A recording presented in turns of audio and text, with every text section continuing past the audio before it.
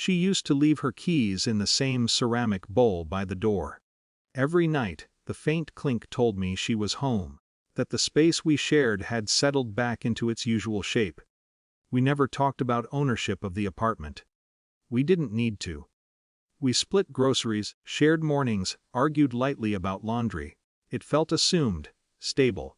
That assumption broke on a Tuesday afternoon quietly, through a text message that arrived while I was at work. "I'm taking a last-minute trip with my ex. Don't get jealous." I read it twice, not because it was confusing, but because of how casually it dismissed something that should have mattered. There was no explanation, no reassurance, no sense that this information might alter the ground we stood on. Just a preemptive instruction about how I should feel. I didn't call her. I didn't ask questions. I sat there longer than necessary, staring at my screen, aware of a strange calm spreading through me. Not numbness, clarity. The kind that arrives when something you've been quietly tolerating finally names itself. I replied, "Why would I?" It wasn't sarcasm. It wasn't anger. It was honest. Because in that moment, jealousy wasn't what I felt. What I felt was distance. She reacted with a thumbs-up emoji. That small blue hand felt louder than any argument we'd ever had. That evening I came home to the apartment and noticed how much of her was in it. Shoes by the couch. A scarf draped over the chair.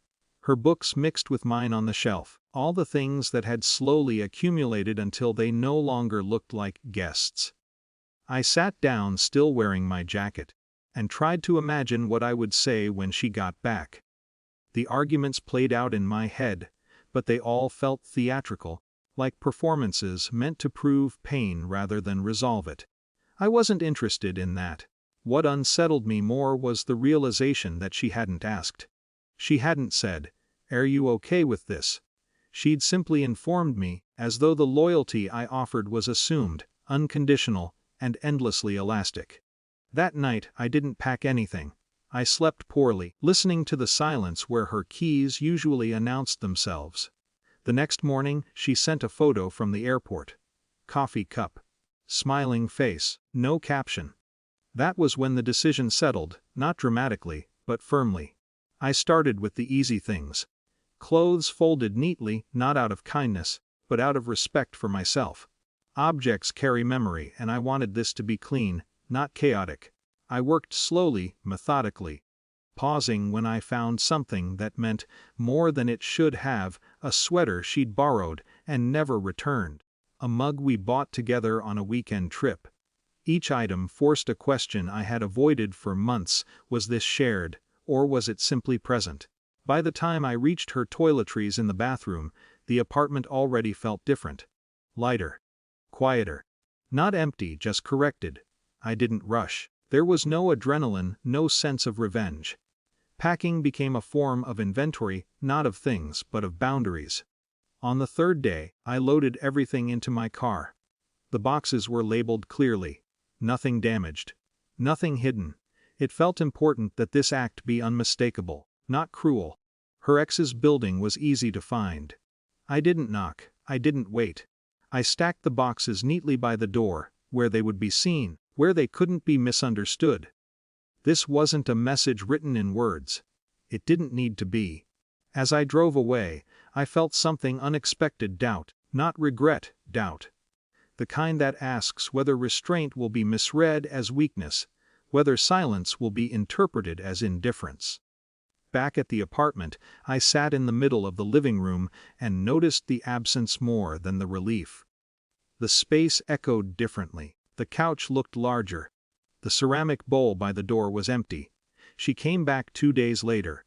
I wasn't home when she arrived. I knew because my phone started vibrating nonstop while I was at the grocery store. Missed calls. Messages that shifted tone rapidly, from confusion to accusation to disbelief. "Where are my things? What is this? Are you serious?" I didn't respond immediately. Not as strategy, but because I wanted to be certain of my words. When I did reply, it was brief. "They're safe. You'll find them." When I got home that evening, she was sitting on the couch, eyes red, posture rigid. The apartment looked like it had been rearranged by absence alone. "You had no right," she said, voice tight. I sat across from her, leaving space between us. "I didn't take anything that wasn't yours. That was my home." I nodded. "It was ours," I said. "Until it wasn't." She searched my face, looking for anger, for satisfaction, for something she could argue against. I gave her none of it. What unsettled her, I think, was that this wasn't a fight. There was no emotional mess to clean up, no dramatic exchange to rewrite later. "You could have talked to me," she said. "I waited for you to give me something to talk to," I replied. Silence filled the room, thick but not explosive. In it, something shifted, not violently, but finally. She understood, I think, not because I explained, but because the consequence existed. She left shortly after, taking the last of what little remained. The keys stayed on the counter. That night, I stood by the door and moved the ceramic bowl to a cabinet. I didn't need it anymore. There was no victory in the way stories like this often promise, no rush of empowerment. Just a steadiness I hadn't felt in a long time. Loss, yes, but also alignment. I didn't punish her. I didn't humiliate her. I simply refused to live inside an assumption that cost me my dignity. Sometimes loyalty is tested not by betrayal alone, but by how casually it's expected. And sometimes the quietest consequence, the withdrawal of shared space, shared certainty, is the only explanation that truly lands.